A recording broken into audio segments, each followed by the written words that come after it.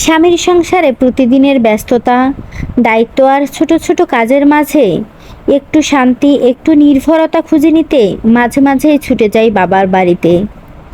বাবার বাড়িতে পা রাখা মাত্রই মনে হয় যেন শৈশবে ফিরে গিয়েছি। আর সেখানে গেলে মায়ের হাতের রান্নার যেন কোনো তুলনাই হয় না। আর সবচেয়ে বড় কথা, মায়ের ভালোবাসায় মোড়ানো প্রতিটি রান্না যেন মনটাকে নতুন করে জাগিয়ে তোলে। ছোটবেলা থেকে মায়ের হাত ধরে রান্না শেখার অভ্যাস আমার। মা রান্নাঘরে ব্যস্ত থাকলে আমি পাশে বসে থাকতাম আর মুগ্ধ হয়ে দেখতাম কিভাবে তিনি একটুও না ছিটিয়ে নিখুঁতভাবে শাক কুটছেন, মশলা বাটছেন আর মৃদু আছে তরকারি রান্না করছেন। তার হাতের মাছ মাংস তো বিখ্যাত বটেই, তবে যদি একটু পাট শাক ভাজি থাকে তবে সে যেন সোনার সোহাগা।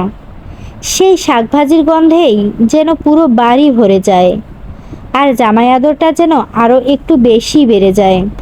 মা পাট শাক খুব সুন্দর করে ভাজি করেন। শাক বাছা, ধোয়া, কেটে নেওয়া সব কিছুতেই তার একটা যত্ন থাকে। শাকের সাথে তিনি কখনো ছোট চিংড়ি দেন, কখনো শুধু কাঁচামরিচ আর রসুন দিয়ে ভেজে দেন। সেটাই এমন স্বাদ যা কোনো হোটেলের রান্নাতেও পাওয়া যায় না। আজ আমি আপনাদের মাঝে আমার মায়ের হাতের সেই আদরের রান্নার কথা ভাগ করে নিতে চাই। প্রথমে মা পাট শাকটা খুব যত্ন করে বেছে নেন। পাতাগুলো নরম আর সতেজ কিনা খেয়াল করেন। এরপর ধুয়ে পরিষ্কার পানি ছেঁকে রেখে দেন। তারপর তিনি বড় কড়াইটা নামিয়ে নেন। পুরনো লোহার কড়াই, যার গায়ে বহু বছরের রান্নার ছাপ। সেই কড়াইয়েই যেন স্বাদের আসল গল্প লেখা হয়। প্রথমে একটু শাক কড়াইতে দিয়ে মৃদু আঁচে চাপ দিয়ে ভাপে নেন, যাতে শাকটা একটু নরম হয়ে আসে। কড়াই ভর্তি হয়ে যায় বলে একবারে শাকটা না দিয়ে ধাপে ধাপে দেন। আগুনটা নিয়ন্ত্রিত রাখতে হয়, না বেশি না কম।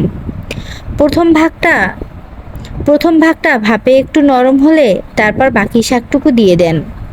এখানে যে জিনিসটা সবচেয়ে মন ছুঁয়ে যায় তা হলো তার বাঁশ দিয়ে তৈরি ছোট্ট শাক মেশানোর কাঠি, যেটা শাকধারা নামে আমরা চিনতাম। সেই কাঠিটা দিয়ে মা শাকটাকে ধীরে ধীরে মিশিয়ে দেন, যেন প্রতিটি পাতা ভালোভাবে সিদ্ধ হয় আর স্বাদটা একই রকম থেকে যায়। শাক একটু পরে নিজের ভিতরে পানি ছেড়ে দেয়। মা কিছুক্ষণ ধৈর্য ধরে নাড়াচাড়া করেন আর দেখেন কিভাবে ওই পানিতেই শাকটা ধীরে ধীরে সিদ্ধ হয়ে আসছে। চুলার পাশে দাঁড়িয়ে মায়ের মুখে তখন একটা প্রশান্তির হাসি খেলে যায়। শাক সিদ্ধ হয়ে গেলে মা কড়াই থেকে নামিয়ে কাটা জালির উপর দিয়ে দেন, যাতে সব অতিরিক্ত পানি ঝরে পড়ে। তিনি সবসময় বলেন, ভালো ভাজি চাইলে পানি কিন্তু এক ফোঁটাও থাকতে নেই। পাশে আর একটা ছোট বাটিতে মা আলাদা করে পেঁয়াজ, রসুন, মরিচ কেটে রেডি করে রেখেছেন। এরপর কিছু সয়াবিন তেল গরম করে সেই মশলাগুলো একে একে ভেজে নেন। পেঁয়াজটা হালকা সোনালি রঙের হলে মশলার গন্ধটা যেন ঘরের প্রতিটি কোণে ছড়িয়ে পড়ে।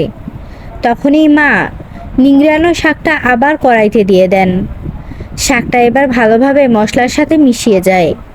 মা ধীরে ধীরে নিখুঁতভাবে শাকটা ভাজতে থাকেন, একবারও তাড়াহুড়ো করে না।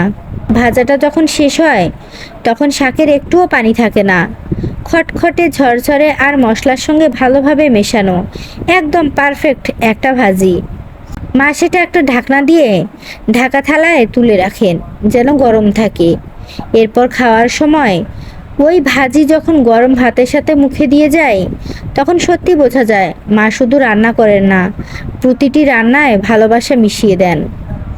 এই হলো আমার মায়ের পাট শাক ভাজি, স্মৃতির স্বাদ, ঘরের গন্ধ আর ভালোবাসায় মোড়ানো এক অনন্য রান্না। বন্ধুরা, আমার মায়ের হাতের পাট শাক ভাজি আপনাদের কেমন লাগলো অবশ্যই জানাবেন। আর আমার নতুন বন্ধুদেরকে বলতেছি, অবশ্যই আমার চ্যানেলটিকে লাইক, কমেন্ট, শেয়ার ও সাবস্ক্রাইব করে আমার পাশেই থাকবেন। ধন্যবাদ সকল বন্ধুদেরকে। আসসালামু আলাইকুম ওয়া রাহমাতুল্লাহি ওয়া বারাকাতুহু।